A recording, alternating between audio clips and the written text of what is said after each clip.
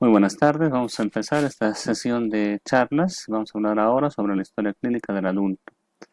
Entonces, el propósito de estas charlas es que el estudiante desarrolle habilidades y destrezas en la realización de la historia clínica con responsabilidad y respeto a la dignidad de la persona. Nuestros objetivos de aprendizaje son, vamos a ver un poco la historia clínica, las técnicas de exploración, el razonamiento clínico. Vamos a ver cómo se registran estos hallazgos, un poco de la comunicación, la ética y profesionalidad, y finalmente haremos una breve síntesis. La historia clínica, ¿no?, es un documento preelaborado en el cual nosotros habitualmente vamos a llenar todos los datos de afiliación, los antecedentes personales, los antecedentes familiares, la enfermedad actual, además de la revisión por sistemas y el examen físico regional, general y regional. Actualmente existe ya formularios digitales, pero sin embargo en nuestro medio no están autorizadas por las autoridades la utilización de las mismas. Entre las técnicas que utilizamos van a ser el examen físico y la anamnesis. Estas deben ser lo más específicamente hechas o realizadas porque van a ser de esa manera de utilidad en la atención y curación del paciente. La anamnesis y la exploración física deben ser de calidad, ya que en base a esto nos vamos a poder guiar en toda la maraña de pruebas que existen, ¿no?, y de técnicas complementarias, de tal suerte que podamos llegar a una impresión diagnóstica lo más preciso posible. El motivo de consulta debe ser el que guíe toda la parte de la anamnesis, la exploración física y la impresión diagnóstica, así que para el médico esta represente algo banal y exista alguna otra molestia más importante o trascendental. Es importante en los pacientes, ¿no?, al hacer la anamnesis, escuchar con empatía y proceder al razonamiento clínico, es decir, evaluar relacionando con diferentes conocimientos. Realizar una evaluación orientada a los problemas, debemos adaptar la anamnesis y exploración física a una situación concreta. Es importante también en estos pacientes determinar con claridad los datos de afiliación, como el origen, la fuente de la historia, la fiabilidad de la misma, ¿no? Y en esto también debemos registrar adecuadamente la hora y la fecha de atención, y si estamos en un ambiente de urgencias, en un ambiente de internación o en consulta externa. En relación al motivo de consulta, este debe ser registrado en términos del paciente y entre paréntesis podemos colocar la terminología médica, técnica, juntamente con una data de inicio del cuadro para guiarnos un poquito si estamos frente a un cuadro agudo o un cuadro crónico.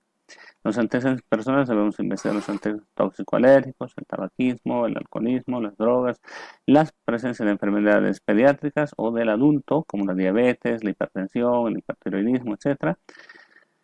En relación a los antecedentes también son importantes las hospitalizaciones previas, los antecedentes de operaciones o cirugías, los antecedentes gineco-obstétricos si estamos frente a una paciente, los antecedentes psiquiátricos, las vacunas, tanto en la infancia como las otras vacunas que pueda haber recibido el paciente. Y entre relación a los antecedentes familiares, investigaremos aquellos pacientes que tienen alguna patología hereditaria o genética que podrían ser manifestadas en el paciente. Sin embargo, en aquellos pacientes cuyos familiares han muerto, debemos investigar también las causas de esto. Debemos evaluar algunos atributos cuando realizamos la anamnesis en los síntomas. Tenemos las 4 A's, el área, los agravantes, los atenuantes y los acompañantes, y las 3 E's, hablamos de la cantidad, calidad y cronología. Debemos siempre incluir los resultados positivos y negativos relevantes, ya que en una posterior consulta el paciente podría acudir con la presencia o ausencia de las lesiones. Y si nosotros no hemos descrito adecuadamente estas, podríamos incurrir en un problema.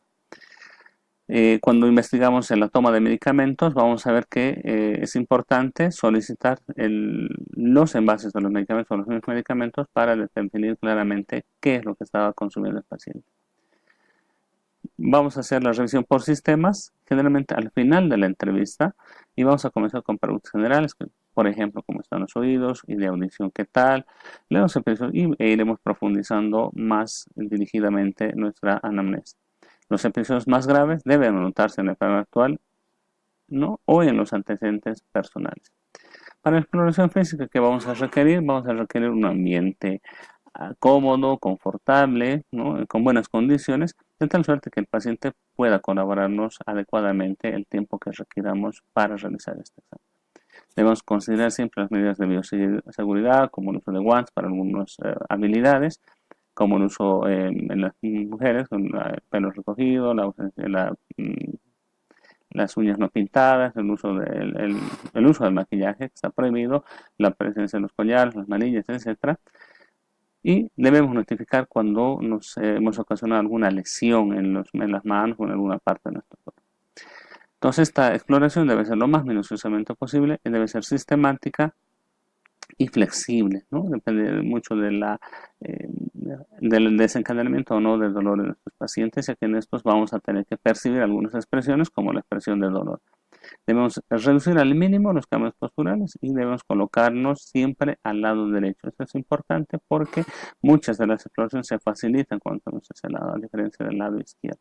Los cambios mínimos deben reducirse al mínimo porque no podemos estar pidiendo al paciente que se siente, que se eche, que se siente, porque eso puede producir incomodidad y disconfort.